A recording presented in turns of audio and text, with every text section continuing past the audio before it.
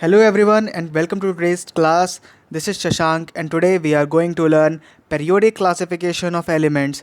ये बहुत ही fun chapter है और ये chapter actually class 11th chemistry का बेस है और हम आगे जितनी भी केमिस्ट्री पढ़ने वाले हैं उसका भी बेस जो है वो पेरियोडिक क्लासिफिकेशन ही है। तो यहाँ पर हम समझते हैं कि पेरियोडिक क्लासिफिकेशन से मतलब क्या होता है। एक्चुअली आज तक जितने भी एलिमेंट्स हमारी दुनिया में खोजे गए हैं या जितने भी एलिमेंट्स नोन हैं हमें या उनको सिंथेसाइज भी किया गया है, उन सभी एलिमेंट्स को एक ऐसे मैनर में अरेंज करना, एक ऐसे ऑर्डर में हम उसे अरेंज करना चाहिए कि उनकी स्टडी करना हमारे लिए आसान हो जाए। जस्ट लाइक कि उनकी जो प्रॉपर्टीज़ हैं वो सिमिलर हो। जैसे क्लास में दो तरह के बच्चे होते हैं, एक अच्छे वाले एक बुरे वाले, मतलब एक शैतान वाले।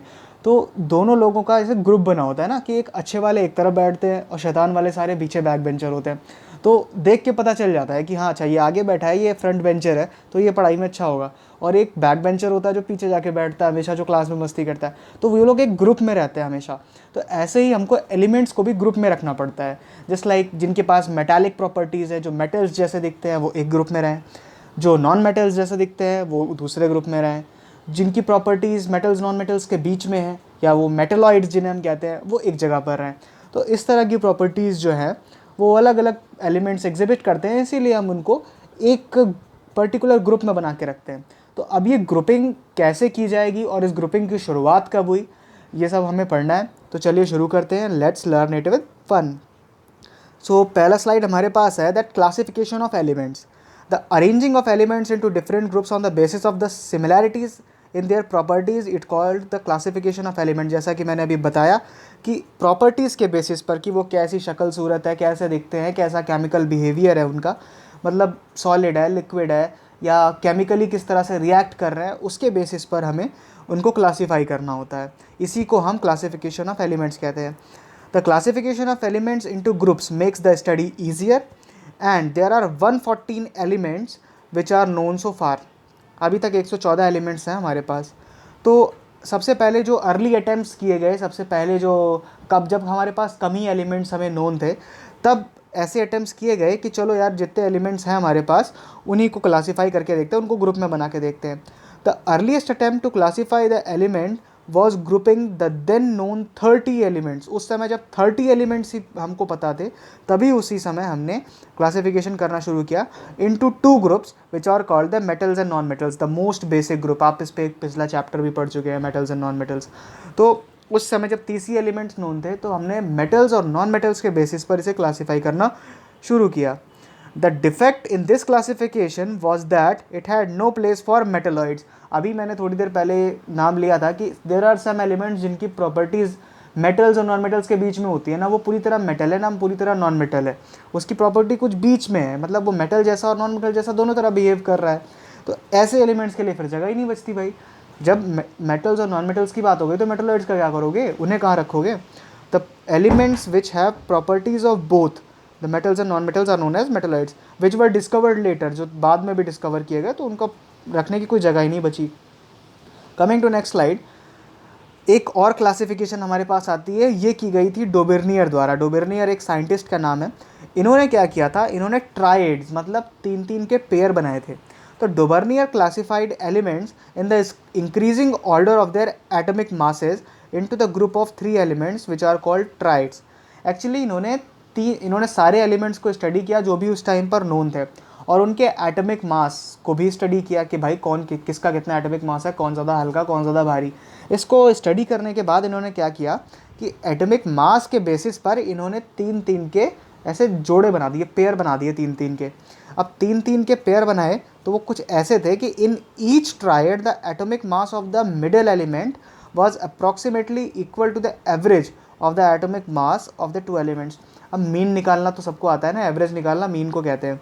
तो वही यहाँ पर किया गया है। यहाँ पर आप जैसे देख सकते हैं, लेट मी टेल यू, दूसरी शीट आ गई। Okay, let me take the pen first. Okay, तो यहाँ पर आप देख सकते हैं कि ऐसे यहाँ पर लिथियम, सोडियम, पोटेशियम, यहाँ 3 एलिमेंट्स का एक ग्रुप बनाया गया।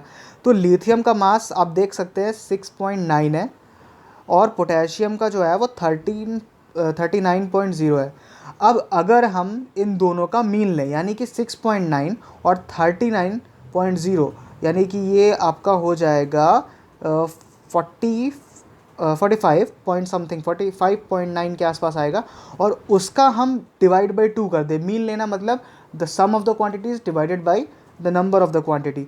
तो अगर हम सोडियम का मास चाहते हैं, जैसे 23 दिया गया है सोडियम का, तो हमें लिथियम और पोटेशियम के मास को प्लस करना है और 2 से डिवाइड करना है। लिथियम और पोटेशियम के मास को प्लस किया और 2 से डिवाइड किया तो हमको मिलेगा 22.95, जो कि 23 के बिल्कुल एकदम बराबर ही है, बहुत कमी 0.05 का डिफरेंस है। मतलब ट्राइड्स को, यानी कि इन तीन के पेयर को इस तरह से बनाया गया है कि फर्स्ट एलिमेंट और लास्ट एलिमेंट, इन दोनों का अगर मास का, इनके एटॉमिक मास का मीन लिया जाए तो ये बन जाता है बीच वाले के मास के इक्वल। सेम थिंग आपको कैल्शियम में, ये जो दूसरा पेयर दिया गया है कैल्शियम, स्ट्रॉन्शियम और बैरियम का, इसमें कैल्शियम का मास 40.1 है, बैरियम का मास 137.3 है। और अगर हम इन दोनों को प्लस करके इनका मीन लेंगे तो 88.7 हमको वैल्यू मिल रही है, और जो ओरिजिनल वैल्यू है वो 87.6 है। तो बिल्कुल नियर बाई वैल्यू मिल रही है, मतलब ज़्यादा डिफरेंस नहीं आ रहा है, बहुत कम ही माइन्यूट डिफरेंस आ रहा है। और यही चीज़ आपके लास्ट में भी वैलिड होती है।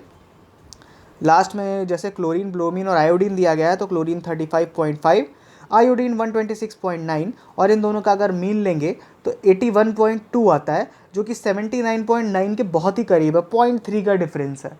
तो 0.3 0.5 ऐसे डिफरेंसेस आ रहे हैं जो कि मतलब इतने सिग्निफिकेंट नहीं है। तो ये क्लासिफिकेशन जो थी उस टाइम थोड़ी सी अच्छी प्रूव हुई थी, लेकिन इस क्लासिफिकेशन को भी हम अच्छा नहीं कह सकते, क्योंकि ये जो ट्रायड है, ये 3 ही ट्रायड बना पाए थे, वो जो डोबेर्नियर साइंटिस्ट थे वो 3 ही ट्रायड्स बना पाए थे। और इसमें भी हमको देखिए आप करेक्ट मास नहीं मिल रहा है, एग्जैक्ट मास नहीं मिल रहा, पॉइंट में वैल्यू मिल रही है, मतलब थोड़ा आगे पीछे डिफरेंस है। ऑल दो it can be said that it was a pretty successful type of classification at that time. Coming to the next slide, अब आते हैं न्यूलैंड एक और साइंटिस्ट थे, और इन्होंने ऑक्टेव्स का रूल दिया था। अच्छा, ये ऑक्टेव्स का रूल आगे जाके आपको और अच्छे से समझ में आना है कि ऐसा क्यों होता है। तो इन्होंने ऑक्टेव का रूल देते हुए ये कहा कि हर 8वां एलिमेंट, जैसे उन्होंने इन्हीं एटॉमिक मासेस को अरेंज करना शुरू किया, मतलब एलिमेंट्स को इंक्रीजिंग ऑर्डर में लगाया। इंक्रीजिंग ऑर्डर में जैसे इंक्रीजिंग ऑर्डर में लगाने का मतलब ये है कि let me tell you, hydrogen का मास जो होता है सबसे कम होता है, उसके बाद लिथियम का, उसके बाद बेरिलियम, उसके बाद बोरॉन, उसके बाद कार्बन, नाइट्रोजन, ऑक्सीजन। तो ऐसे कम से ज़्यादा, यानी कि इंक्रीजिंग ऑर्डर में लगाना भाई साहब ने शुरू कर दिया। तो जब इंक्रीजिंग ऑर्डर में इन्होंने लगाना शुरू किया तो ऐसे वो सारे एलिमेंट्स को लगाते हुए चले गए, और सारे एलिमेंट्स को ऐसे ही जब लगाते चले गए तो इन्हें पता चला कि हर 8वें एलिमेंट की प्रॉपर्टी जो है वो मैच कर रही है। इसका मतलब जैसे हम यहाँ से गिनना अगर शुरू करें हाइड्रोजन से, तो हाइड्रोजन हो गया 1 2 3 4 5 6 7 8, 8 आता है अपना फ्लोरीन पर। तो फ्लोरीन और हाइड्रोजन, इन दोनों की जो प्रॉपर्टीज़ थी वो मैच कर रही थी। कैसे मैच कर रही थी भाई? हाइड्रोजन को कितना स्टेबल होने के लिए 1 इलेक्ट्रॉन चाहिए होता है, H+ में एग्जिस्ट करता है, 1 इलेक्ट्रॉन दे दो स्टेबल हो जाता है। वही सेम चीज़ फ्लोरीन के साथ भी है। फ्लोरीन के भी आखिरी शेल में 7 इलेक्ट्रॉन होते हैं, और 7 इलेक्ट्रॉन में 1 इलेक्ट्रॉन और आप दे दो तो 8 इलेक्ट्रॉन उसके पूरे हो जाते हैं, वो दोबारा से स्टेबल हो जाता है। ठीक है, सेम प्रॉपर्टी देखो। उसके बाद 8वां एलिमेंट, अगर फ्लोरीन को हम 1 माने तो फ्लोरीन को अगर हम 1 मान लें तो 1 2 3 4 5 6 7 8th एलिमेंट जो है वो हमारे पास क्लोरीन आ रहा है। क्लोरीन के साथ भी वही सेम केस है। उसके पास भी आखिरी शेल में जो है, वैलेंस शेल में 7 इलेक्ट्रॉन होते हैं, और 1 इलेक्ट्रॉन उसे और मिल जाए तो वो 8, उसके 8 इलेक्ट्रॉन पूरे हो जाएंगे। तो इनकी वैलेंसीज आप देख सकते हैं कि एटलीस्ट जो है इनके वैलेंसीज कॉमन है। इनका नेचर, फ्लोरीन और क्लोरीन बोथ आर हैलोजेंस, तो इनका जो है नेचर हैलोजेंस में, मतलब आगे बताऊंगा क्या होता है। तो ये एक ही ग्रुप के हैं, तो ये फ्लोरीन और क्लोरीन की जो है प्रॉपर्टीज़ भी एक्चुअली कॉमन ही आ रही हैं। तो ऐसे ही हर 8वां एलिमेंट जो है उसकी प्रॉपर्टीज़ कॉमन आती हैं। अगर आप कहीं से भी शुरू कर दे, जैसे लिथियम से शुरू कर दो, तो 1 2 3 4 5 6 7 8, लिथियम एंड सोडियम दोनों की प्रॉपर्टीज़ सेम होती हैं।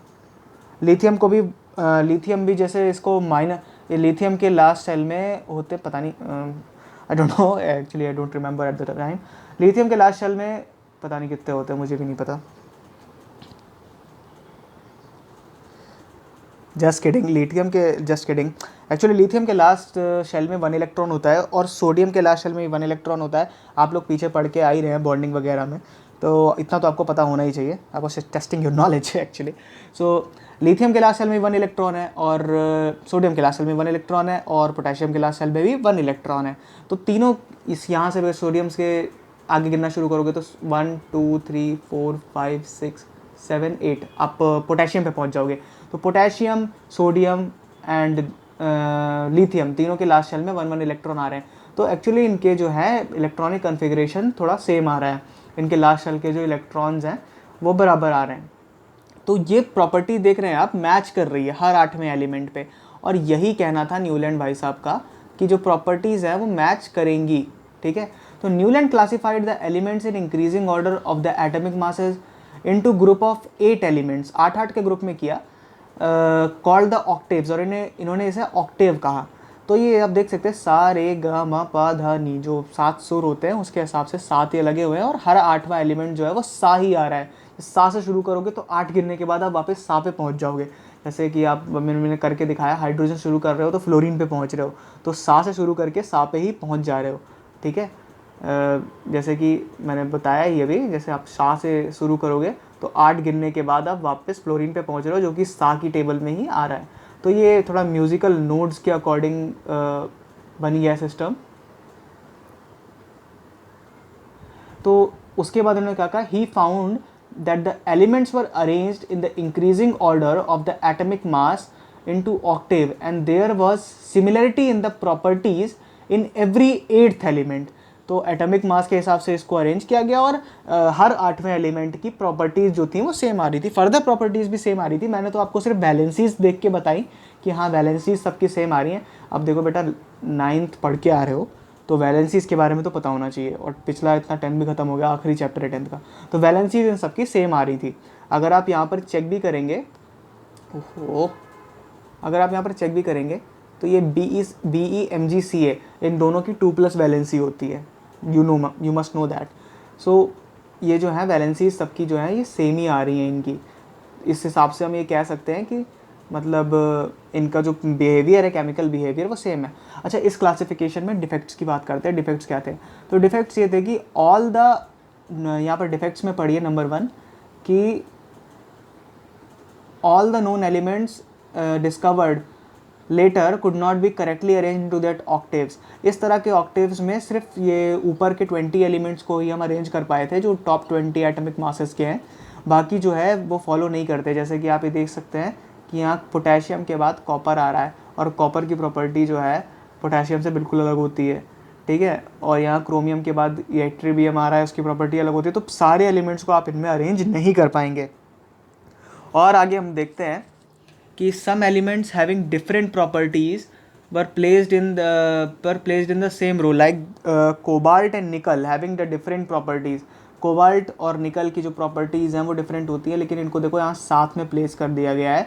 और फ्लोरीन, क्रोमिन, ब्रोमीन के साथ प्लेस किया गया। बताओ, फ्लोरीन, क्लोरीन, ब्रोमीन की प्रॉपर्टी कोबाल्ट और निकल से मैच ही नहीं करती, दोनों मेटल में कैटेगरी में आते हैं, ठीक है। और iron have placed similar to cobalt and निकल।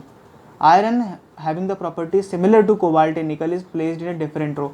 कोबाल्ट और निकल जैसी प्रॉपर्टीज सेम जो होती है या आयरन की होती है, लेकिन देखो दोनों को कितनी दूर दूर प्लेस किया गया है। तो ये कुछ ऐसी चीज़ें थी जो ये इनकी क्लासिफिकेशन में सेट नहीं हो पाई, और इस वजह से ये क्लासिफिकेशन भी ज़्यादा सक्सेसफुल नहीं हुई, और सिर्फ टॉप 20 एटॉमिक नंबर्स यानी कि सिर्फ कैल्शियम तक के लिए ये वैलिड थी, उसके बाद ये फेल हो जाती थी। तो चलिए नेक्स्ट स्लाइड पे चलते हैं, और ये आता है मेंडलीव्स पीरियोडिक लॉ। अच्छा, ये जो थे मेंडलीव, ये बहुत काम के आदमी थे भाई। मेंडलीव चाचा ने बहुत सारी चीज़ें बताई, और इन्हीं की पीरियोडिक लॉ से, इन्हीं की पीरियोडिक टेबल से जो अभी हम मॉडर्न में पीरियोडिक टेबल यूज़ करते हैं वो भी डिराइव्ड है। तो चलिए मेंडलीव चाचा के बारे में बात करते हैं। दिमित्री मेंडलीव, इन्होंने क्या कहा था कि Mendeleev's periodic law states that the properties of elements are actually the periodic function of their atomic masses। तो कहने का अर्थ ये है कि जो इनकी प्रॉपर्टीज़ होती हैं एलिमेंट्स की, ये इनके मास पर डिपेंड करती है। हालांकि ये बाद में गलत प्रूव हुआ था, लेकिन अभी के लिए जो पीरियोडिक मतलब जो इन्होंने कहा वो उसको पढ़ते हैं। उसको पढ़ते हुए ये क्या बताते हैं हमको कि जैसे जैसे मास बढ़ता है वैसे वैसे भाई साहब प्रॉपर्टीज़ भी वैरी करती हैं। और इनके अकॉर्डिंग अगर हम एलिमेंट्स को इंक्रीजिंग ऑर्डर ऑफ मास में लगाएं, कि उनका मास जैसे जैसे बढ़ रहा है उस हिसाब से लगाएं, तो हमें एक अच्छी क्लासिफिकेशन मिल सकती है। और तब ऐसा होगा कि सिमिलर प्रॉपर्टी वाले एलिमेंट एक तरफ हो जाएंगे और डिसिमिलर प्रॉपर्टी वाले एलिमेंट जो हैं वो एक तरफ हो जाएंगे। ये ऐसा तभी हो पाएगा कि जब हम उनको मास के अकॉर्डिंग लगाएं। तो आप इस पीरियोडिक टेबल में जो मेंडलीव द्वारा बनाई गई थी, इसमें आप देख भी सकते हैं कि जैसे देखिए हाइड्रोजन का 1 है, फिर लिथियम का 6 है, फिर यहाँ से 6 के बाद देखो 9, 10, 12, 14, 16, 19, 23, 24. It is just going in this order and it is just increasing. It is increasing and increasing and increasing. तो ये लेफ़्ट टू राइट जाने पर देख रहे हैं आप मासेस को इंक्रीज़ करते हुए ऐसा लगाया गया है। और ये लगाया गया था मेंडलीव ने लगाया था, मतलब इसको, इस पीरियोडिक क्लासिफिकेशन को। तो चलो आगे देखते हैं मेंडलीव को। तो मेंडलीव्स पीरियोडिक टेबल, अच्छा भाई पीछे वाली स्लाइड पे स्विच कर करके बार बार देखना पड़ेगा, तो ये स्लाइड बहुत ध्यान से देखनी है अब। तो मेंडलीव्स पीरियोडिक टेबल क्या कहती है कि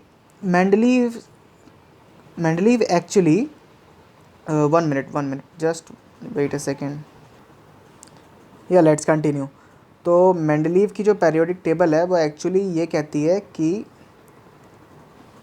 oh I have some issues.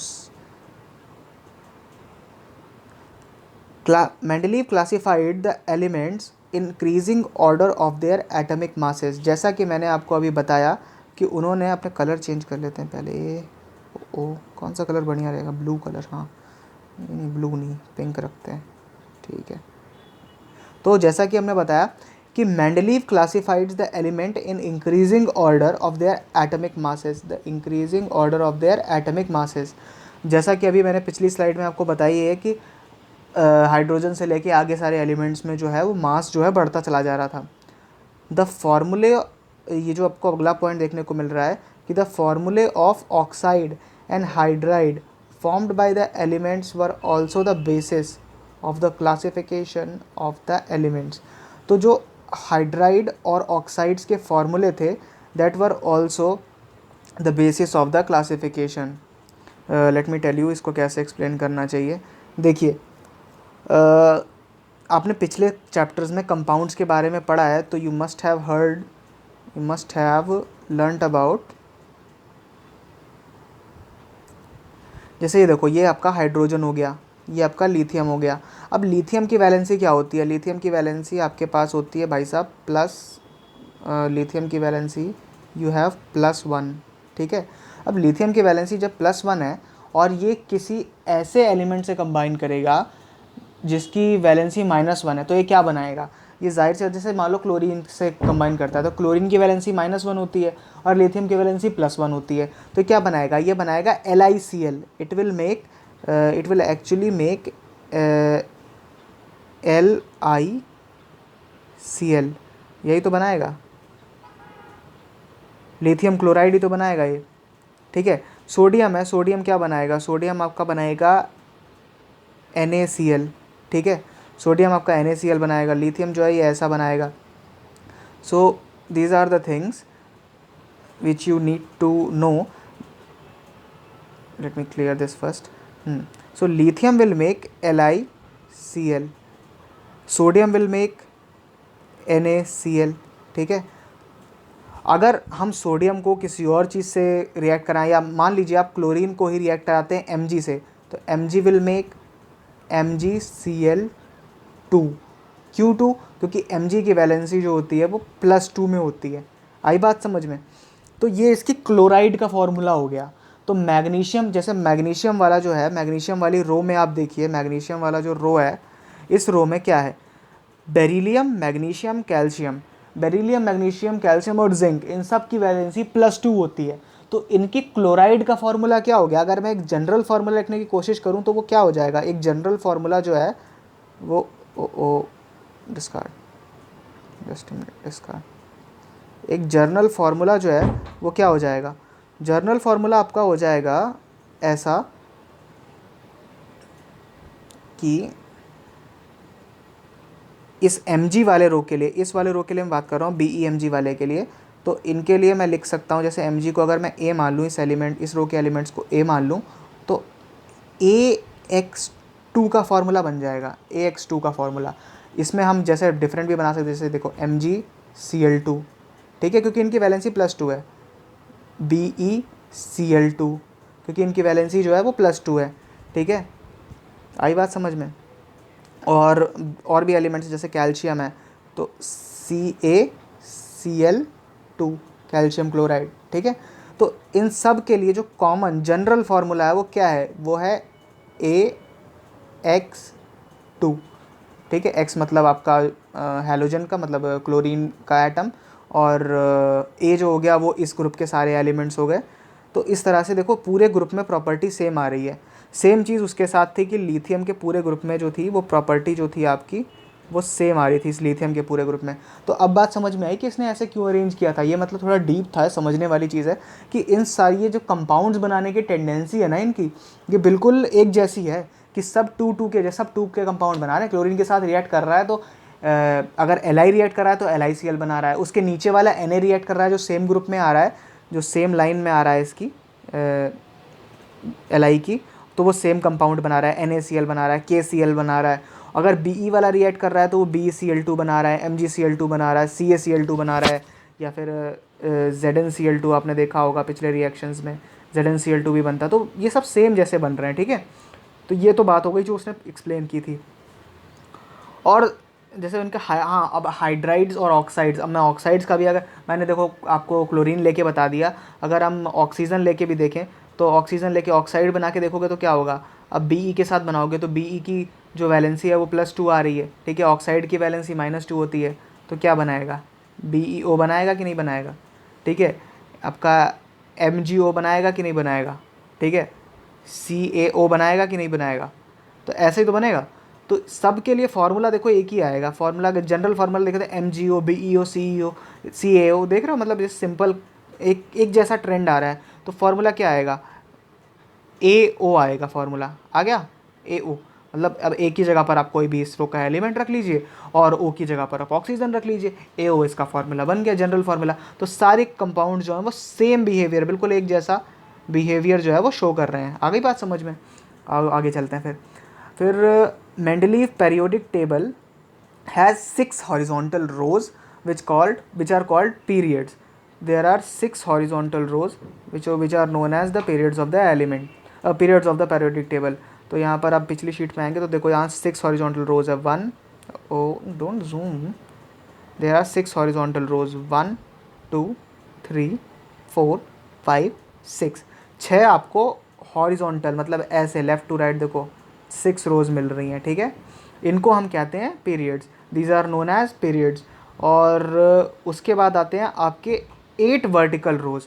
Vertical में देखो भाई, वर्टिकल में आपकी 8 रो आ रही हैं, 1 2 3 4 5 6 7 और ये 8, ये पूरी रो है, ये पूरा एक ही है, ठीक है, 8, ये 3 का रो बना रखा है, ये 8 पूरा एक ही है, ठीक है। तो 8 आपको वर्टिकल रो मिल रहे हैं, इनको हम वर्टिकल वालों को ग्रुप्स कहते हैं, ठीक है, वर्टिकल वालों को हम बोलते हैं groups. The group 1 to 7 have 2 subgroups which 2 subgroups called A subgroup and B subgroup, ठीक है। अब यहाँ पर आप देख सकते हैं दिया गया है, लेट मी सी, हाँ देखो ये ग्रुप नंबर 1 दिया है, ओ यहाँ पर दिया है आपको ग्रुप नंबर 1, ठीक है। ग्रुप नंबर 1 के ऊपर यहाँ A लिखा है, यहाँ B लिखा है, ठीक है। तो ये A और B जो है ये सब ग्रुप है एक्चुअली, इसके अंदर भी 1 के अंदर भी 2 ग्रुप्स हैं, फिर यहाँ देखो 2 ग्रुप है, फिर यहाँ देखो A B ऐसे करके A B करके देखो ना लिखा हुआ है बहुत सारा। तो ये 1 से लेके 7 तक, ग्रुप नंबर 1 से लेके 7 तक जो है, इन सब में देखो ये हर ग्रुप के अंदर 2 सब ग्रुप दिए गए हैं, A B करके, ठीक है। और क्या इन्फॉर्मेशन है, group number 8 has 3 row of elements. Group number 8 की बात करते हैं तो यहाँ पर आप देख सकते हैं कि यहाँ पर आपको 3 रोज़ मिल रही हैं, 3 का ग्रुप मिल रहा है, जिसमें आपका देखो आयरन, कोबाल्ट, निकल। अच्छा एक चीज़ नोटिस की आपने, न्यूलैंड वाले में हम देख रहे थे, न्यूलैंड में आयरन और कोबाल्ट निकल को अलग रखा गया था, ठीक है।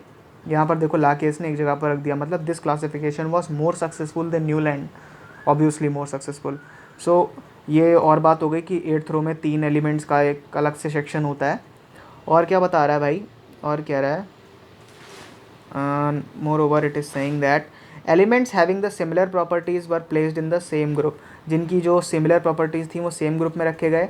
There are some space vacant space left in the table which can accommodate the elements which were discover in future.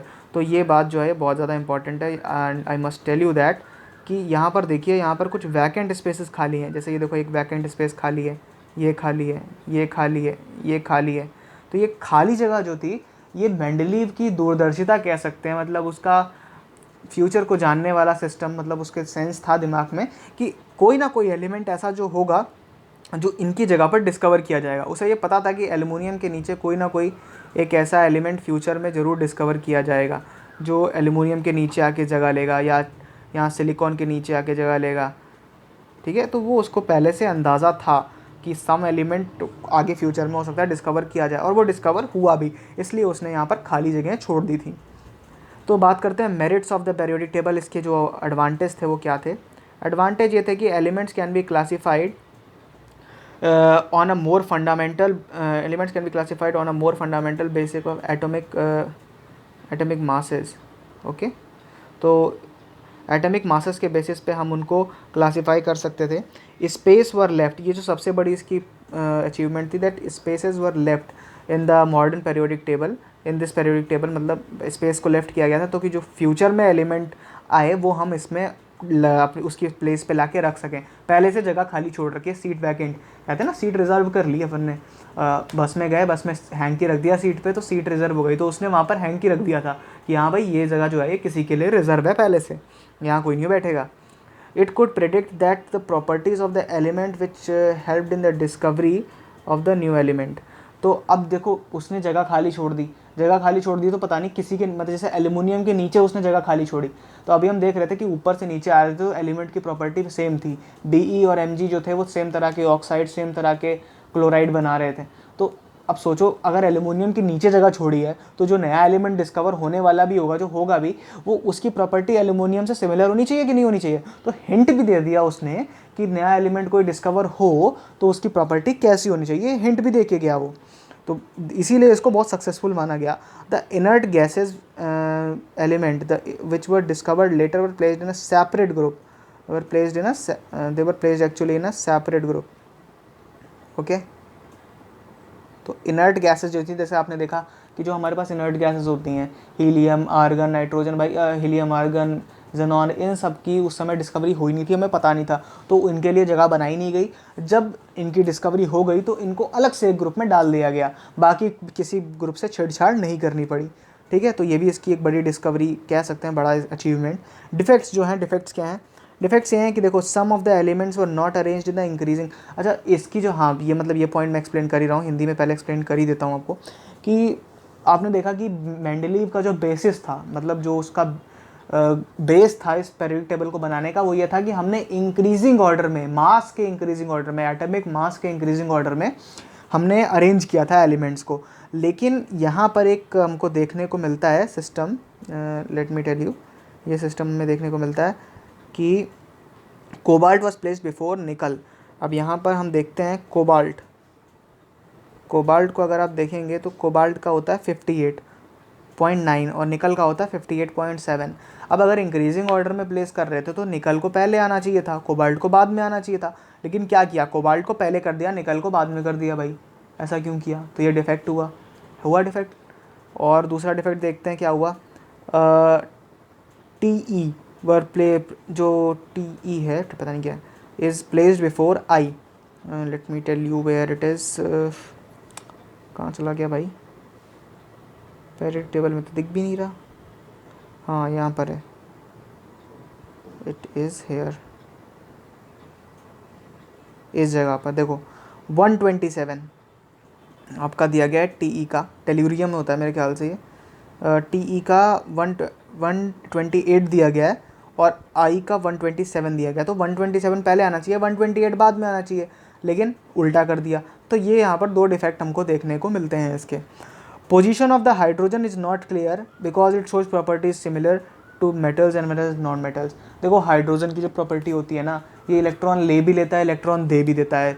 जब ये ले लेता है तो यह हाइड्राइड्स बना लेता है। हाइड्राइड जैसे कि आपकी LiH हो गई, लिथियम हाइड्राइड, या NaH हो गया, सोडियम हाइड्राइड। अच्छा यहाँ भी देखो हाइड्राइड का फॉर्मूला सेम आ रहा है, LiH NaH KH, ठीक है। तो ये हाइड्राइड्स जो हैं ये एज अ हाइड्राइड रिएक्ट कर रहा है, तो ये इलेक्ट्रॉन ले रहा है। और कई जगह पर जैसे HCl जैसे कंपाउंड में ये इसकी जो वैलेंसी होती है +1 शो करता है, तो +1 और -1 दोनों वैलेंसी शो करता है। और दोनों शो करने का मतलब ये हुआ कि ये मेटल और नॉन मेटल दोनों जैसे कैरेक्टर रखता है। अब भाई इसको मेटल में रखें कि नॉन मेटल में रखें, नो आइडिया। तो ये प्रॉब्लम तो आज तक सॉल्व नहीं हो पाई है। मॉडर्न पीरियोडिक टेबल में भी रखा गया है हाइड्रोजन को लिथियम के ऊपर, लेकिन उसकी जो कोई पोजीशन है वो सर्टेन नहीं है पीरियोडिक टेबल में, ठीक है। और the position of the isotopes of the element was not clear. अच्छा आइसोटोप्स क्या होते हैं? जैसे लिथियम, जैसे क्लोरीन के 2 आइसोटोप होते हैं। एक क्लोरीन आइसोटोप का मतलब जिनका एटॉमिक नंबर तो सेम है, लेकिन एटॉमिक मास जो है वो अलग अलग है। और जैसे आपको पता है क्लोरीन एलिमेंट हो गया अपना, आपको एक एग्जांपल लेके बताता हूँ। क्लोरीन जो है वो एक एलिमेंट है, ठीक है। Cl का जो एटॉमिक नंबर है इट इज़ 17, ठीक है। एटॉमिक नंबर तो 17 है, लेकिन इसके 2 मास एग्जिस्ट करते हैं। एक करता है 35.5 और एक 37.5, 37, हाँ ये एग्जिस्ट करता है। 2 मास एग्जिस्ट करते हैं इनके। तो जब एक ही एलिमेंट के 2 मास हैं, आपने तो कैसे अरेंज किया? आपने अरेंज किया इंक्रीजिंग ऑर्डर ऑफ मासेस पर। लेकिन यहाँ पर देखो, यहाँ पर you can easily see that कि यहाँ क्लोरीन जो है इसका 35.5 ही लिखा हुआ है। तो 37 वाले को कहाँ जगह दोगे भाई? इधर 37 वाला कहाँ गया? वो भी तो है, तो एलिमेंट वो भी, उसको वो एक आइसोटोप है, तो उसको भी तो रखना पड़ेगा कहीं। लेकिन वो इन्होंने नहीं रखा। तो ऐसे कई आइसोटोप जैसे कार्बन 12, कार्बन 14, लेकिन यहाँ पर रखा सिर्फ देखो किसे गया है, कार्बन 12 को रखा गया है कि नहीं? तो ये डिफरेंस थे इनकी, मतलब एक गलत चीज़ें थी, जो डिमेरिट्स थे इनकी पीरियोडिक टेबल के, वो ये थे। मेंडली पीरियोडिक टेबल से क्वेश्चंस बनते रहते हैं, इसलिए मेंडली पीरियोडिक टेबल को करना बहुत ज़्यादा इंपॉर्टेंट है। इसीलिए मैंने इतना डिटेल टाइम लेके इसको एक्सप्लेन किया एक एक प्रॉपर्टी को। तो आगे बढ़ते हैं। इसमें और कोई प्रॉपर्टीज मेरे ख्याल से तो नहीं रह रही है। और ये देखो, ये है मॉडर्न पीरियोडिक लॉ। अच्छा मॉडर्न पीरियोडिक लॉ जो है वो क्या कहता है? Let me tell you one thing more. आपको एक चीज़ जो है वो और जाननी बहुत ज़रूरी। एक्चुअली यहाँ पर जो ये वैकेंट स्पेसेस छोड़े गए थे, तो वैकेंट स्पेसेस में यहाँ पर एल्युमिनियम के नीचे एक जगह खाली करी गई थी। तो इस खाली जगह को हम बोलते थे, इस खाली जगह का नाम था एका एल्युमिनियम, ठीक है। तो इसको खाली जगह को हम बोलते हैं एका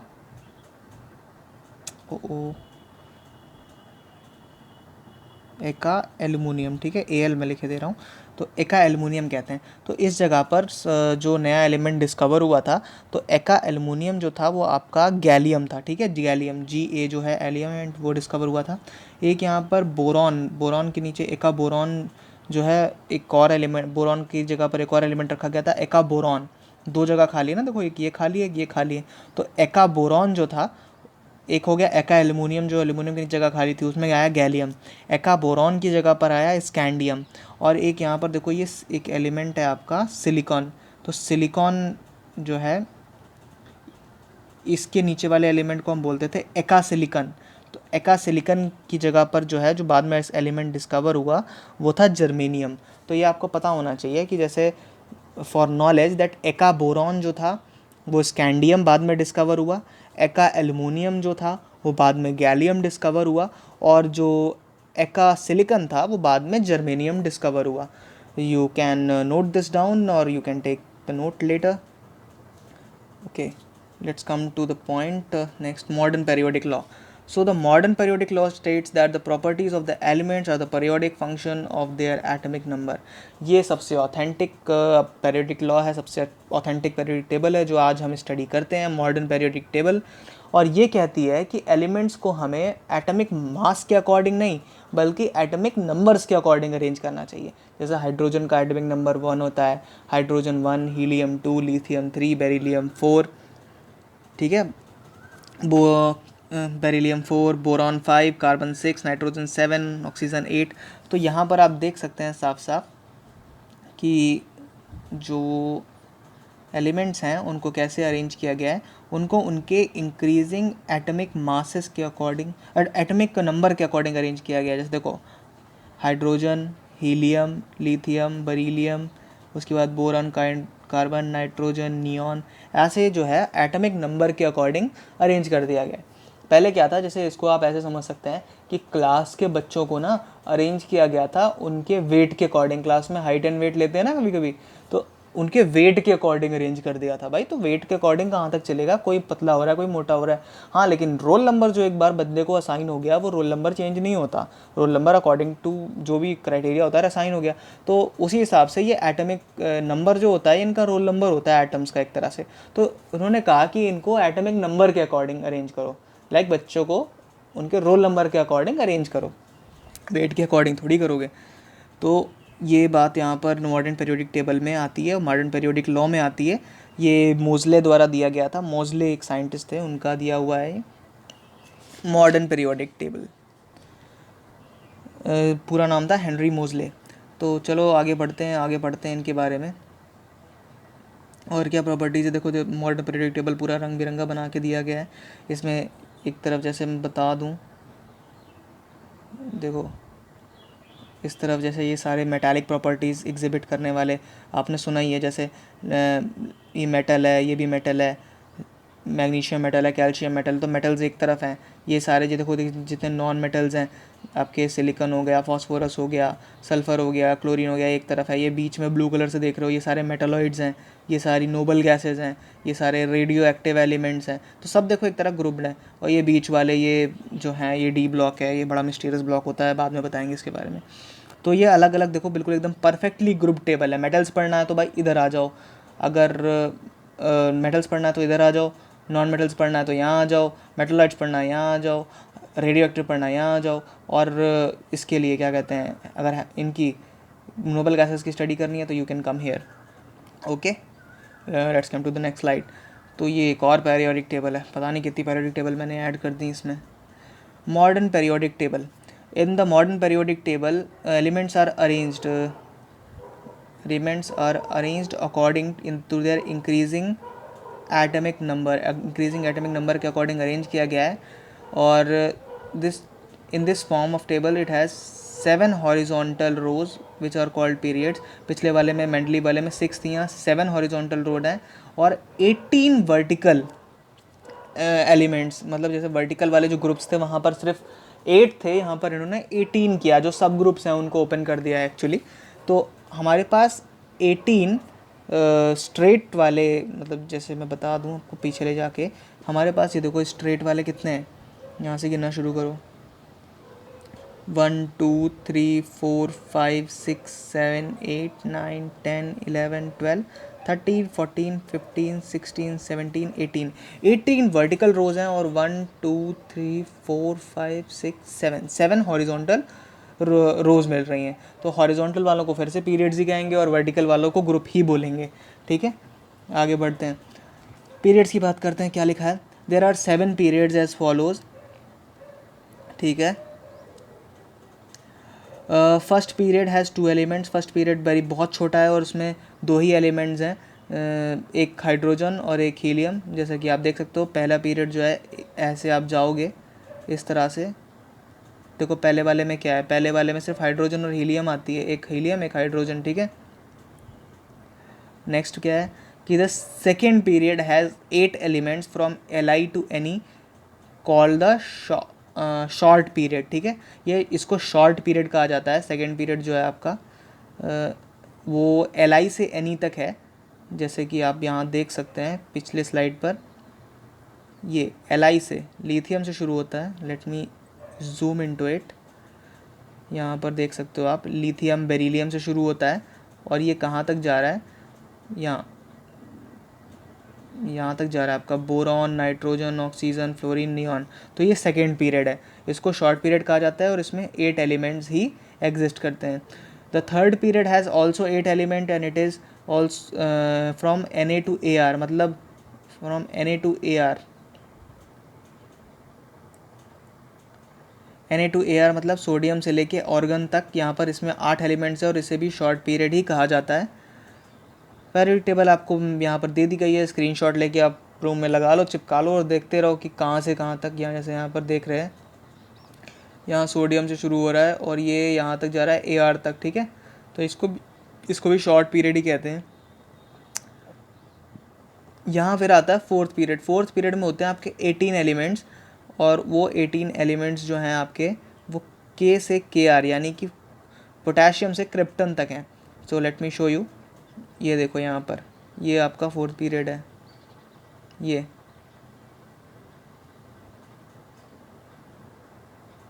ये वाला, ये यहाँ से लेके जाता है Br और आगे क्रिप्टन तक जा रहा है, ठीक है। ये वाली रो में देखो, ये आगे क्रिप्टन तक आ रहा है Br से होता हुआ, बिल्कुल क्रिप्टन तक।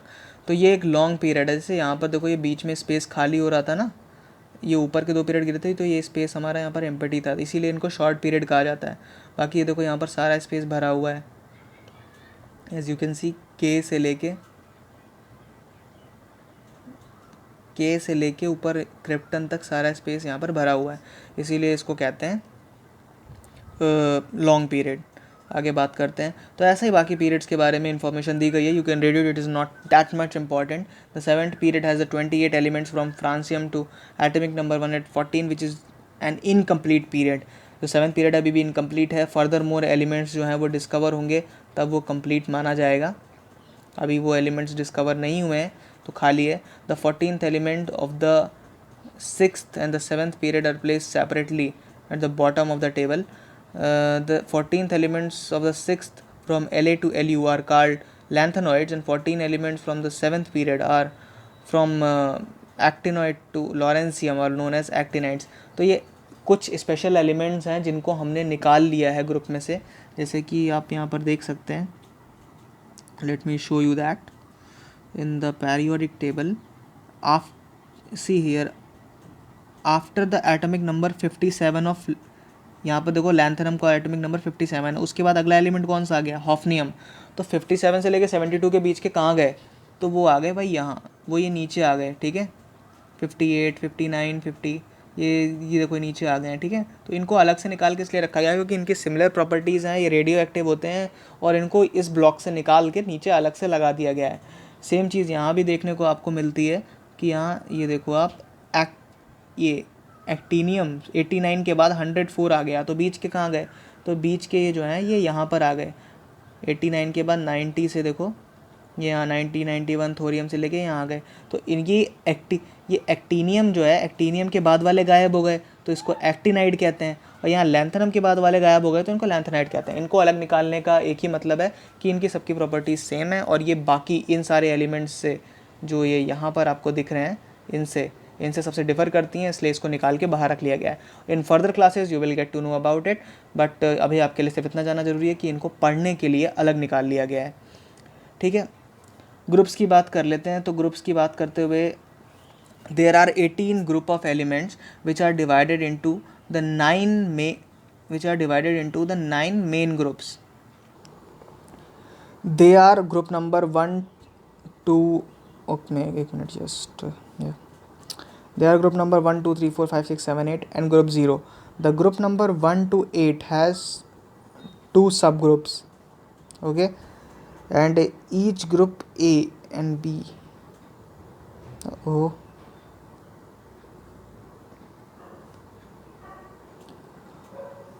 यहाँ पर जो है ये जो आपका लिखा हुआ है, ये एक्चुअली आपको प्रैक्टिकली एक्सप्लेन करना पड़ेगा, क्योंकि ये ऐसे बोलूँगा तो आपको समझ में नहीं आएगा। तो let's get back to our periodic table, वहीं पर समझाता हूँ आपको।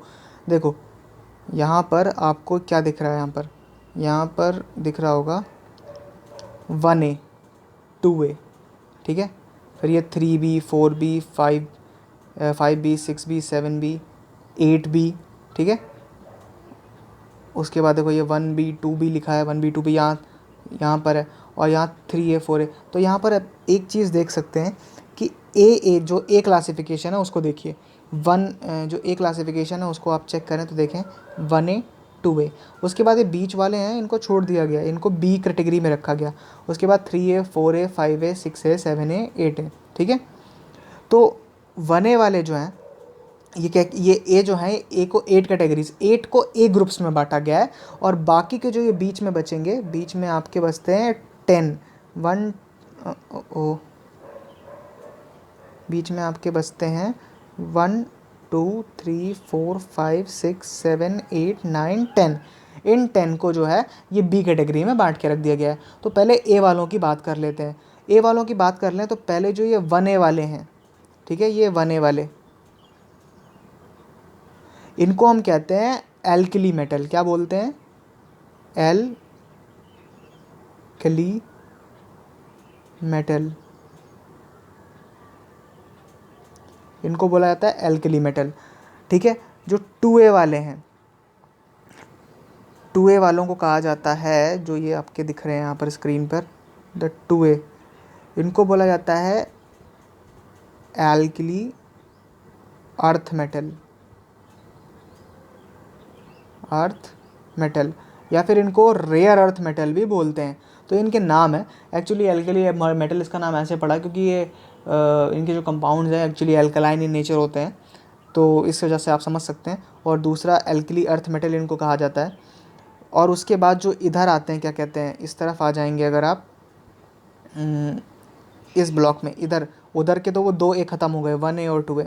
अगर आप 3A में आ जाएंगे तो 3A में ये सबसे पहले बोरॉन है। ठीक है, तो इस पूरे को हम बोलते हैं, this full group is known as boron family.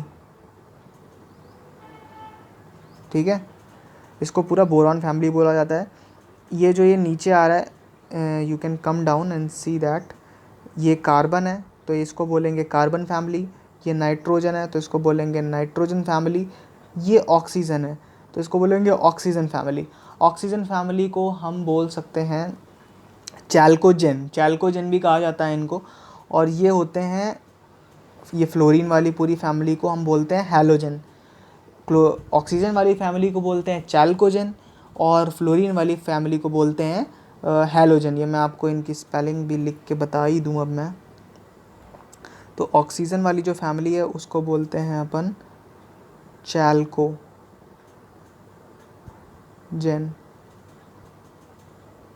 और जो फ्लोरीन वाली फैमिली है उसको हम बोलते हैं हैलोजन। अब ये जलने वाला हैलोजन नहीं है जो आप घर पे लगाते हो, हैलोजन मतलब सॉल्ट फॉर्मिंग। तो ये ऐसे एलिमेंट्स है, फ्लोरीन, क्लोरीन, ब्रोमीन, इसके सॉल्ट आपको बड़े आसानी से मिल जाएंगे नेचर में, इसीलिए इसे कहा जाता है। हर एलिमेंट का क्लोराइड आपको यूजुअली मिल ही जाता है नेचर में। तो हैलोजन मीन्स सॉल्ट फॉर्मिंग, ये सॉल्ट फॉर्म करते हैं। ठीक है, तो ये मैंने पूरा आपको ये ग्रुप का जितना यहाँ पर दिया हुआ था, ये पूरा सिस्टम मैंने एक्सप्लेन कर दिया है वहीं पर। यहाँ पर आप देख सकते हो नॉर्मल अच्छा हाँ, ये मैंने नहीं बताया, ये मैं बता देता हूँ। ये बीच वाले जो हैं, ये बी वाला, बी सेक्शन जो मैं एक्सप्लेन करना नहीं, ये इन बी सेक्शन को बोला जाता है। जो आपके बी वाले एलिमेंट है ना, ये सारे, ये इनको बोलते हैं हम ट्रांजिशन मेटल्स या ट्रांजिशन एलिमेंट्स। क्यों बोलते हैं, you will get to know in class 11th। अभी के लिए बता दूँ, ये मल्टीपल वैलेंसीज एग्जिस्ट करते हैं, इसीलिए इनको बोला जाता है ट्रांजिशन एलिमेंट्स। और उसके बाद आते हैं ये यहाँ पर नोबल गैसेस हैं। नोबल गैस कॉन्फ़िगरेशन जो है आपकी एग्जिस्ट, ये यहाँ पर जो है ये नोबल गैसेस दी हुई हैं। तो नोबल गैसेस को अलग से, मतलब इनको नोबल गैसेस ही कहा जाता है, इनका कोई नाम नहीं है, इनर्ट गैसेस होते हैं इनके पीरियड का। तो ये यहाँ पर सारा दिया हुआ है सिस्टम। ये ग्रुप का पूरा एक्सप्लेन हो गया। Let's come to the properties of the elements in groups and periods. Let me tell you one thing, जैसा कि मैंने थोड़ा बहुत आपको पहले ही आइडिया दे दिया था, लेकिन यहाँ पर भी बता देता हूँ कि लिथियम से लेके नीचे आप यहाँ तक आ जाओ, फ्रॉम लिथियम टू फ्रांसियम, इनकी वैलेंसी क्या है, +1। ठीक है, बेरिलियम से नीचे आ जाओ तो इनकी वैलेंसी होती है +2। ठीक है, यहाँ बोरॉन से नीचे आओगे तो इनकी वैलेंसी होती है +3। ठीक है, कार्बन वालों की वैलेंसी होती है +4, ये तो पता ही होगा। नाइट्रोजन की वैलेंसी फिर यहाँ से -3 होना शुरू हो जाती है। मतलब नाइट्रोजन के लास्ट शेल में 5 इलेक्ट्रॉन होते हैं, तो वो 3 और ले लेगा तो एग्जिस्ट का मतलब वो ऑक्टेट कंप्लीट हो जाएगा। तो -3 होती है, ऑक्सीजन की -2 होती है, फ्लोरीन की जो होती है वो -1 हो जाती है, और यहाँ पर तो ये इनर्ट हो जाते हैं 8th वाले, ठीक है, इनके फुल कंप्लीट हो जाता है ऑक्टेट, ठीक है। तो ये मैंने बता दिया कि जो सेम ग्रुप है उनकी वैलेंसी यानी कि लास्ट शेल में जो इलेक्ट्रॉन का नंबर होता है वो सेम ही होता है, ठीक है। और across the period, if you talk about across the period, कि इस तरह से बात करें लाइक दैट, तो इस मैनर में क्या होता है कि इनके number of shell remains the same. कि माना कि अगर किसी, जैसे सोडियम में 3 शेल हैं, तो सोडियम में भी 3 शेल रहेंगे, मैग्नीशियम में भी 3 शेल होंगे, एल्युमिनियम में 3 शेल होंगे, silicon, phosphorus, sulphur, fluorine, argon, इन सब में 3 ही शेल होंगे। नंबर ऑफ शेल जो है वो कांस्टेंट होते हैं। जबकि up to down, top to bottom अगर आप बात करोगे तो इनके जो लास्ट शेल में इलेक्ट्रॉन है वो सेम रहते हैं, और लेफ़्ट टू राइट जाने पर इनके नंबर ऑफ शेल जो हैं वो सेम रहते हैं। प्रॉपर्टीज़ ऑफ द एलिमेंट्स पे आ जाते हैं, थोड़ा ही बचा है, बस ख़त्म होने वाला ही है। तो वैलेंस इलेक्ट्रॉन की बात आ गई फिर से, वही जो वैलेंस इलेक्ट्रॉन मैंने बताए थे कि in a period the number of the valence, you can see that in a period the valency of the element increases from 1 to 4 and then decreases from 4 to 0, as you can see। तो इसको अगर हम practically देखने की कोशिश करें तो यहाँ पर वापस आते हैं पीरियडिक टेबल पर। अब हम चलते हैं लेफ़्ट टू राइट। तो अगर left to right across the period चलने लगे, पीरियड मैंने बताया हॉरिजॉन्टल रोज को पीरियड कहते हैं, तो लेफ़्ट टू राइट अगर हम चलेंगे, let's try on this periodic table. हम ऐसे लेफ़्ट टू राइट गए, तो लेफ़्ट टू राइट में क्या होगा, लेफ़्ट टू राइट में आपका देखो, जैसे ये वाला रो ले लो आप, सोडियम वाला ले लो, ठीक है। इसको थोड़ा जूम इन कर लेता हूँ मैं। तो हाँ, अगर आपने ये वाला लिया सोडियम वाला, तो सोडियम की वैलेंसी +1, मैग्नीशियम की +2, एल्युमिनियम की +3, सिलिकॉन की +4, लेकिन फिर फास्फोरस से कम होने लगेगी। फास्फोरस की हो जाएगी -3, -2, -1, और यहाँ 0 हो जाती है, ठीक है। तो क्या हुआ, यहाँ से मैग्नीशियम, सोडियम से लेके यहाँ सिलिकॉन तक तो 1 से लेके +1 से लेके +4 तक तो इंक्रीज़ हुआ, लेकिन उसके बाद जो है ये डिक्रीज़ होके वापस 0 पे आ गया इनर्ट गैसेस में। यहाँ -3 हो गया, यहाँ -2 हो गया, -1 हो गया, ठीक है। तो ये वहाँ पर वही चीज़ वहाँ पर ट्रेंड में लिखी हुई थी कि यहाँ पर आप आसानी से देख सकते हो कि ये लिथियम, बेरिलियम, ये लिथियम वाला पूरा ग्रुप दिया गया है साइड टू साइड। तो यहाँ पर you can easily see that how the valency has changes. यहाँ एटॉमिक नंबर दिया गया है, तो लिथियम का 3 है, बेरिलियम का 4 है, बोरॉन का 5 है, ठीक है।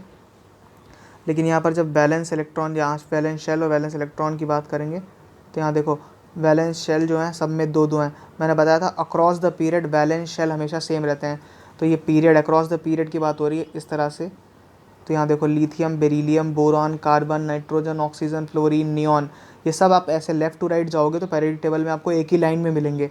और सेम लाइन में देखो शेल सबके सेम है, 2 2 2 2 2, सेम नंबर ऑफ शेल्स हैं। सबके जो वैलेंस इलेक्ट्रॉन है वो देखो यहाँ पर अलग अलग हैं। यहाँ पर यहाँ पर वैलेंस इलेक्ट्रॉन जो है वो 1 है आपका, यहाँ 2 है, यहाँ 3 है, 4 है, 5 है, 6 है, 7 है, 8 है। तो जिसका वैलेंस इलेक्ट्रॉन 1 है उसकी वैलेंसी +1, जिसका वैलेंस इलेक्ट्रॉन 2 है उसकी वैलेंसी +2, इसका वैलेंस इलेक्ट्रॉन 3 है, वैलेंसी +3, यहाँ वैलेंसी +4 हो गई। जैसे अब नाइट्रोजन में 5 आ गया, तो 5 तो वैलेंसी जो हो गई यहाँ -3 हो जाएगी। -3 मतलब वो 3 इलेक्ट्रॉन ले लेगा तो ऑक्टेट कंप्लीट हो जाएगा। और यहाँ पर यहाँ पर 6 है लास्ट शेल में, तो 2 इलेक्ट्रॉन ले लेगा, ऑक्टेट कंप्लीट कर लेगा अपना। यहाँ फ्लोरीन में 7 है, तो 1 इलेक्ट्रॉन ले लेगा, ऑक्टेट कंप्लीट कर लेगा, तो -1 वैलेंसी हो गई। तो ये वैलेंसी का ट्रेंड जो है ये मैंने आपको यहाँ पर एक्सप्लेन कर दिया है इन द ग्रुप। अब ग्रुप, ये तो हो गई हॉरिजॉन्टल बात कि मतलब we were talking like across the period, like ऐसे हॉरिजॉन्टल बात करते हैं। अब बात करते हैं वर्टिकल में, अप टू डाउन में। तो अप टू बॉटम बात करेंगे तो क्या होगा, hydrogen, lithium, potassium, hydrogen, lithium, sodium and potassium, इन सब की वैलेंसी देखो सिंगल 1 आ रही है। ये मैं आपको पहले भी बता चुका हूँ कि ऊपर से नीचे जाएंगे आप किसी भी ग्रुप में तो आपको वैलेंसी तो सेम मिलेगी, लेकिन यहाँ देखो शेल बदल गए। हाइड्रोजन में 1 शेल, लिथियम में 2 शेल, सोडियम में 3 शेल और पोटेशियम में 4 शेल। तो यहाँ पर देखने वाली बात यह है कि जब आप लेफ़्ट टू राइट जाते हैं तो आपके शेल सेम रहते हैं, वैलेंसी चेंज होती है। लेकिन जब आप टॉप टू बॉटम आते हैं, ऊपर से नीचे आते हैं, तो आपकी वैलेंसी सेम रहती है लेकिन शेल बदल जाते हैं, ठीक है। ये वैलेंस इलेक्ट्रॉन की बात हो गई। अब ये वैलेंसी की बात हो गई। वैलेंसी वही मैंने बता दिया आपको कि कैसे चेंज होती है। दोबारा बता दें, जैसे टॉप टू बॉटम की बात कर लें इस वाले की, तो टॉप टू बॉटम में देखो वैलेंसी पूरी सेम रह रही है, वैलेंस इलेक्ट्रॉन भी पूरे सेम रह रहे हैं, लेकिन यहाँ देखो नंबर ऑफ़ शेल बदल रहे हैं। यहाँ पर you can easily see that electronic configuration में पहले में सिर्फ 1 शेल था, फिर 2 1 यानी कि 2 शेल आ गए, फिर 2 8 1 3 शेल आ गए, 2 8 8 1 4 शेल आ गए, ठीक है। और ये अक्रॉस द पीरियड की बात हो गई। यहाँ पर अक्रॉस द पीरियड भी आप चेक कर सकते हो, वही सेम ही चीज़ है, दोबारा दे दिया तो समझा ही देते हैं कि अक्रॉस द पीरियड में भी देखो वैलेंस शेल तो सेम रह रहे हैं आपके यहाँ पर 2 2 2, लेकिन ये जो ये वैलेंसी है ये एक मिनट यहाँ पर, हाँ ये वाला स्लाइड है, ये वैलेंसी देखो 1 2 3 4 यहाँ तक, यहाँ वैलेंसी 1 है, फिर 2 है, फिर 3 है, उसके बाद कार्बन की 4 हुई, लेकिन फिर नाइट्रोजन से -3 -2 -1, वो माइनस लिखा नहीं है लेकिन होती है। और ये देखो यहाँ पर शेल जो है वो सेम रह रहा है, हमेशा 2 ही शेल दिए हुए हैं, 2 1 2 2 2 3 2 4 2 5 2 6 2 7 2 8, तो ये जो है शेल हमेशा सेम रह रहे हैं। बात करते हैं एटॉमिक साइज़ की। तो एटॉमिक साइज़ जो होता है वो लेफ़्ट से राइट जाने पर डिक्रीज़ करता है। ऐसा क्यों होता है मैं आपको बता दूं। देखो हमने अभी यहाँ पर पढ़ा ये चीज़ जो मैंने अंडरलाइन की कि नंबर ऑफ़ शेल इंक्रीज़ नहीं हो रहे। अब नंबर ऑफ़ शेल इंक्रीज़ तो नहीं हो रहे, लेकिन जो प्रोटॉन है, जैसे अब इधर आप लेफ़्ट टू राइट पढ़ते जा रहे हो तो यहाँ पर आपका एटॉमिक नंबर भी बढ़ता जा रहा है, ठीक है। लिथियम का एटॉमिक नंबर 3 होता है, जबकि नियॉन का एटॉमिक नंबर 10 होता है, ठीक है। तो left to right atomic number बढ़ता जा रहा है। एटॉमिक नंबर बढ़ रहा है मतलब जो सेंटर में प्रोटॉन, जो एटम के सेंटर में यहाँ प्रोटॉन होता है, वो प्रोटॉन भी बढ़ता जा रहा है, ठीक है। प्रोटॉन भी बढ़ता जा रहा है, लेकिन प्रोटॉन के बढ़ने के साथ एक चीज़ और हो रही है। प्रोटॉन बढ़ेगा तो यहाँ पर जो ये इलेक्ट्रॉन घूम रहा होगा ना, इस पे ये फोर्स ना बहुत ज़्यादा लगाएगा, बहुत ज़्यादा फोर्स लगाएगा, अपनी तरफ खींचेगा, तो अपने रेडियस को छोटा करने की कोशिश करेगा। और यहाँ पर आप क्लियरली यहाँ देख ही सकते हो, मैं कलर चेंज करके बता दूँ, इस लाइन में आप देख ही रहे हो कि शेल नहीं बढ़ रहे, मतलब 2 शेल हैं तो 2 के 2 ही शेल हैं पूरे पीरियड में। जब शेल बढ़ नहीं रहे और खींचने की टेंडेंसी बढ़ती जा रही है, प्रोटॉन का नंबर बढ़ता जा रहा है, मतलब आप अपना रेडियस तो बढ़ा नहीं पा रहे, लेकिन रेडियस को जो छोटा करने वाला फैक्टर है, मतलब प्रोटॉन जो खींच रहा है आपको, वो बढ़ता जा रहा है। तो क्या होगा, धीरे धीरे धीरे धीरे धीरे धीरे रेडियस जो है वो आपका छोटा होने लगेगा, मतलब एटम का साइज़ जो है वो छोटा होने लगेगा। इसीलिए जब लेफ़्ट टू राइट आप जाते हैं, when you go in a periodic table from left to right, तो आपका जो साइज़ होता है, एटम का जो साइज़ होता है वो डिक्रीज़ करता है, नीचे आ जाता है, ठीक है। मतलब लिथियम का साइज़ जो है, यू कैन सी हियर कि in a period the valency of the element increases from 1 to 4। Oh भाई wait a minute it has been changed. हाँ, हियर यू कैन सी कि in a period the atomic size of the element decreases from left to right because the nuclear charge, यहाँ जिस nuclear charge की बात हो रही है ना, ये वही न्यूक्लियर चार्ज है एक्चुअली। जो आपके जो प्रोटॉन है, जो प्रोटॉन वो है वो ज़्यादा बढ़ते जा रहे हैं एटम के सेंटर पर, और जो आपका शेल है वो बढ़ नहीं रहा। शेल एक ही है, प्रोटॉन 2 हो गए, 3 हो गए, 4 हो गए, तो वो खींचेगा नहीं इलेक्ट्रॉन को, इलेक्ट्रॉन नेगेटिव होता है, तो खींचते खींचते खींचते खींचते कॉम्पैक्ट कर लेगा रेडियस को, अपनी छोटा बना देगा एटम को, ठीक है। तो जो वही चीज़ यहाँ पर लिखी हुई है, the nuclear charge increases and the electrons are actually pulled closer to the nucleus. Electrons को जो है वो बहुत क्लोज खींच लेता है न्यूक्लियस के, इसलिए एटॉमिक साइज डिक्रीज होता है। तो याद अपने को क्या रखना है कि whenever we go from left to right, तो साइज जो होगा वो आपका डिक्रीज करेगा, ठीक है। Size will always decrease. और जब आप ग्रुप की बात करते हैं तो ग्रुप में जब आप टॉप टू बॉटम आएंगे, टॉप से बॉटम, ठीक है, ऊपर से नीचे आ रहे हैं अगर, तो आपका साइज़ हमेशा इंक्रीज़ करेगा। ये ऐसा क्यों होता है ये भी बता दूं। आप सिर्फ एक ही फैक्टर यहाँ पर देखो कि ये इलेक्ट्रॉनिक कन्फिग्रेशन, पहले में 1 शेल, दूसरे में 2 शेल, तीसरे में 3 शेल, चौथे में 4 शेल, तो ये नंबर ऑफ़ शेल जो है ये देखो 4 हो गए। पहले में 1 था, दूसरे में 2 3 4, लेकिन यहाँ पर जो होता है वैलेंसी इसकी जो है वो पूरे अक्रॉस द पीरियड सेम रहती है, तो शेल भी बढ़ रहे हैं और आपके साथ साथ जो है प्रोटॉन भी बढ़ रहा है। उधर क्या था कि सेल नहीं बढ़ रहे थे, सिर्फ प्रोटॉन बढ़ रहा था, इसीलिए वो खींचा जा रहा था, इलेक्ट्रॉन को छोटा बना रहा था, रेडियस को बार बार। लेकिन यहाँ क्या है, यहाँ पर माना जैसे दो, यहाँ एक प्रोटॉन था, एक शेल था, तो जैसे यहाँ 2 प्रोटॉन हुए तो यहाँ एक शेल भी बढ़ गया, फिर 3 प्रोटॉन हुए तो एक और शेल बढ़ गया। तो ऐसे शेल जो है ये बढ़ता जा रहा है। वहाँ पर क्या था, वहाँ पर ऐसी सिचुएशन थी कि आपका प्रोटॉन तो बढ़ता जा रहा है, 2 3 हो गए प्रोटॉन, लेकिन शेल जो है वो 2 के 2 ही हैं। तो भाई जाहिर सी बात है, ये प्रोटॉन्स जो हैं ये इसको शेल को अपने अंदर की तरफ खींचेंगे ना, कि चल भाई अंदर आ, मेरी तरफ आ, तो ये खींचते हुए लेके जाएंगे। तो यहाँ पर इसीलिए जो था आपका साइज़ जो था वो डिक्रीज़ कर रहा था, लेकिन यहाँ पर जो है ये साइज़ आपका इंक्रीज़ करेगा, क्योंकि शेल के साथ साथ जो मतलब शेल है उसके साथ साथ आपका प्रोटॉन दोनों बढ़ रहा है, दोनों बढ़ रहा है, तो वो अल्टीमेटली जो है कैंसिल आउट हो जाता है और वैल्यू कुछ ऐसी आती है कि आपका एटॉमिक रेडियस जो है वो बढ़ता चला जाता है। चलिए नेक्स्ट पेज पे बात करते हैं। जैसे कि यहाँ पर आप देख सकते हैं, let me zoom in into it. हाँ, here you can see clearly. Now we are going from left to right गए तो क्या हुआ, यहाँ 152 साइज़ था, ये यहाँ 112 हो गया, यहाँ 85 हो गया, 75 77 73 72 71। साइज़ जो है वो लेफ़्ट टू राइट जो है वो आपका डिक्रीज़ कर रहा है, ठीक है। लेकिन अब ऊपर से नीचे आएंगे, टॉप टू बॉटम आइए, देखिए 152 के बाद 186 हो गया, 227 हो गया, 248 हो गया, ठीक है। तो साइज़ जो है ऊपर से नीचे आने पे बढ़ता जा रहा है। ये साइज़ जो आपका पिकोमीटर्स में दिए हुए हैं। तो here from this chart you can clearly analyse that, ये आपको वैल्यूज़ याद नहीं करनी होती, सिर्फ ये पता होना चाहिए।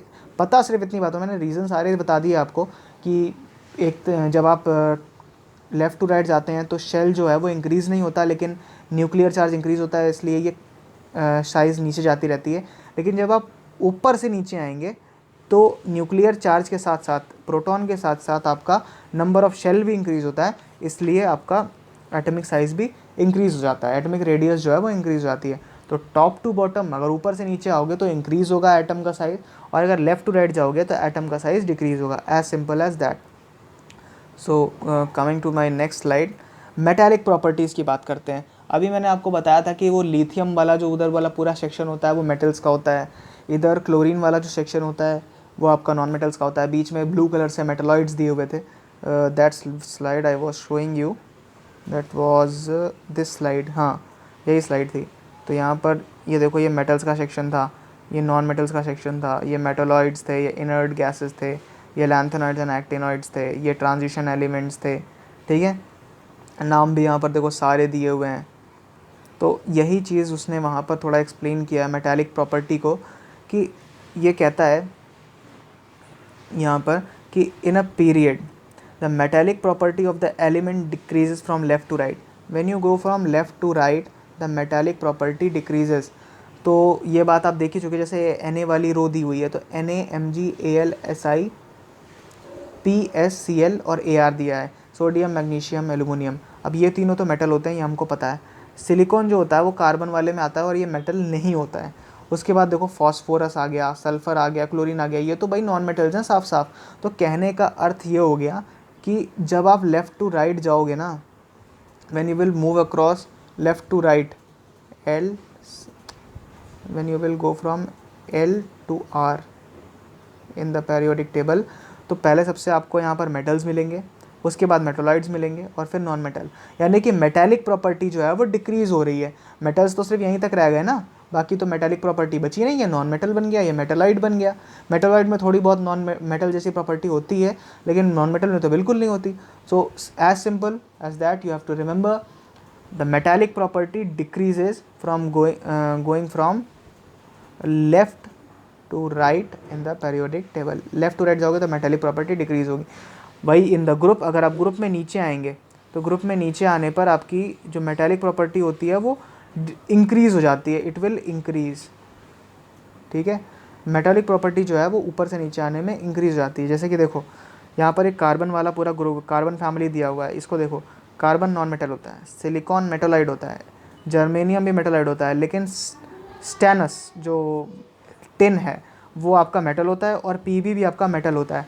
तो ऊपर से नीचे आना शुरू किया, तो ऊपर तो बिल्कुल ही नॉन मेटल है, लेकिन नीचे आते आते मेटल होने की प्रॉपर्टी इंक्रीज हो रही थी, मेटलॉइड बनते जा रहे थे, और सबसे नीचे आके तो ये मेटल ही बन गए। तो ऊपर से नीचे आने पर आपकी जो है वो मेटल वाली प्रॉपर्टी जो है वो बढ़ती जाती है। तो ऊपर से नीचे आओगे, टॉप टू बॉटम आओगे तो मेटल की प्रॉपर्टी बढ़ जाएगी, वाइल अगर आप राइट टू लेफ्ट जाओगे तो मेटल की प्रॉपर्टी जो है वो कम हो जाएगी। ये आपकी मेटालिक प्रॉपर्टी हो गई। You have to just remember is like that only. और ये वही नॉन मेटेलिक प्रॉपर्टी आ गई जो इलेक्ट्रोमैग्नेटिक नेचर होता है, इलेक्ट्रोनेगेटिव नेचर होता है, सॉरी। अब इलेक्ट्रोनेगेटिविटी क्या होती है वो आपको थोड़ा सा बताना चाहिए मेरे को यहाँ पर। In the period the non metallic property of an element increases from left to right. वही मेटेलिक के साथ जो था वो इसके साथ उल्टा होगा। अब मेटेलिक प्रॉपर्टी लेफ्ट से राइट जाने पर क्या हो रही थी, घट रही थी, तो नॉन मेटेलिक प्रॉपर्टी जो है वो लेफ्ट से राइट जाने पर इंक्रीज हो जाएगी। भाई इस तरफ देखो, यहाँ सारे मेटल हैं, यहाँ सब नॉन मेटल हो गए। तो यही बात हुई ना कि आप लेफ़्ट से राइट जा रहे हो, when you are going from left to right, तो आपको नॉन मेटल्स मिल रहे हैं। नॉन मेटल्स मिल रहा है यानी कि आपकी जो नॉन मेटल की प्रॉपर्टी है वो इंक्रीज़ हो रही है। जब नॉन मेटल की प्रॉपर्टी आपकी इंक्रीज़ हो रही है तो वही चीज़ इसने यहाँ पर लिख के भी दी हुई है आपको कि from growing from left to right, अगर आप लेफ़्ट से राइट जाएंगे तो आपकी नॉन मेटल की प्रॉपर्टी जो है वो इंक्रीज़ हो जाएगी। इसमें कुछ सोचने वाली बात नहीं, मेटल्स का जस्ट उल्टा है। और वही चीज़ यहाँ पर ग्रुप में भी दी हुई है कि अगर आप ग्रुप में टॉप टू बॉटम आएंगे, तो पिछली बार टॉप टू बॉटम जब आ रहे थे तो मेटल की प्रॉपर्टी इंक्रीज़ हो रही थी, यानी कि नॉन मेटल की प्रॉपर्टी डिक्रीज़ हो रही है। भाई मेटल की प्रॉपर्टी इंक्रीज़ करेगा तो नॉन मेटल की प्रॉपर्टी डिक्रीज़ करेगी, वाइस वर्सा है बिल्कुल। तो यहाँ पर नीचे जैसे आएंगे तो देखो, पहले सबसे कार्बन नॉन मेटल था तो ऊपर नॉन मेटल की प्रॉपर्टी सबसे ज़्यादा हाई है, नीचे आके सब मेटल मेटल मिलने लग गए तो नॉन मेटल्स की प्रॉपर्टी जो है वो कम हो गई। ठीक है, तो ये बिल्कुल एकदम सिंपल है। और इसी को हम थोड़ा इलेक्ट्रोनेगेटिविटी भी बता देता हूँ, थोड़ा सा एक्सप्लेन कर देता हूँ आप लोगों को कि इलेक्ट्रोनेगेटिविटी जो है वो एक्चुअली होती क्या है। तो जो इलेक्ट्रोनेगेटिविटी होती है वो किसी भी इलेक्ट्रॉन को अपनी तरफ पुल करने का टेंडेंसी होता है कि कौन अपनी तरफ इलेक्ट्रॉन को ज़्यादा पुल कर सकता है। अब वो आप जैसे देख सकते हो कि क्लोरीन एक एलिमेंट है, क्लोरीन के लास्ट शेल में कितने होते हैं, 7 इलेक्ट्रॉन्स होते हैं, ठीक है, टोटल। तो इसको कितने इलेक्ट्रॉन एक्स्ट्रा चाहिए होते हैं, इसको सिर्फ एक इलेक्ट्रॉन चाहिए होता है, 1। तो ये क्या करेगा, अगर इसको कहीं एक इलेक्ट्रॉन ऐसा फटकता हुआ दिख जाएगा तो एक खट से इसे अपनी तरफ खींचेगा कि नहीं खींचेगा। तो ये इसकी इलेक्ट्रोनेगेटिविटी हो गई। सेम विद दैट ऑफ, अगर आप सोडियम का बोलोगे, सोडियम पॉजिटिव, अब सोडियम के लास्ट शेल में कितने इलेक्ट्रॉन होते हैं, सोडियम के लास्ट शेल में ओनली 1 इलेक्ट्रॉन होता है। तो 1 इलेक्ट्रॉन है तो इसको क्या होता है, इसको एक इलेक्ट्रॉन छोड़ना ज़्यादा आसान लगता है एक इलेक्ट्रॉन गेन करने से। एक इलेक्ट्रॉन छोड़ देगा तो इसके जो है ये 2 और 8 कन्फिग्रेशन बन जाएगी और ये आराम से रह सकता है। ठीक है, तो यही जो इलेक्ट्रोनेगेटिविटी है वो एक्चुअली नॉन मेटल्स के लिए ज़्यादा एग्जिस्ट करती है, इसीलिए नॉन मेटल्स के साथ उसका नाम लिया गया था। इलेक्ट्रोनेगेटिविटी का नाम देखो यहाँ नॉन मेटल्स के साथ रखा गया है। ठीक है, नॉन मेटल्स के साथ इलेक्ट्रोनेगेटिविटी का इलेक्ट्रोनेगेटिव नेचर रखा गया कि जो जितना इलेक्ट्रोनेगेटिव होता है वो उतना ज़्यादा इलेक्ट्रॉन खींचने की कोशिश करता है। जैसे फ्लोरीन है, फ्लोरीन के लास्ट शेल में भी 7 इलेक्ट्रॉन होते हैं, तो इसको कहीं एक इलेक्ट्रॉन दिखता हुआ भटकता दिख गया तो तुरंत इसको ये अपनी तरफ अट्रैक्ट कर लेगा। तो the nature of attracting electron toward it an atom, the nature of an atom to attract an electron towards it is known as electronegativity. You will learn about it in class 11 further. So this was it for today's class. The whole chapter is finished and this chapter has nothing more than that. Whatever was in this chapter I had already explained. You can get the notes in the description and stay with this channel to get more videos over chemistry, and we also create videos for higher classes. So let's meet you in another class. Till then, thank you and enjoy your study. Bye bye.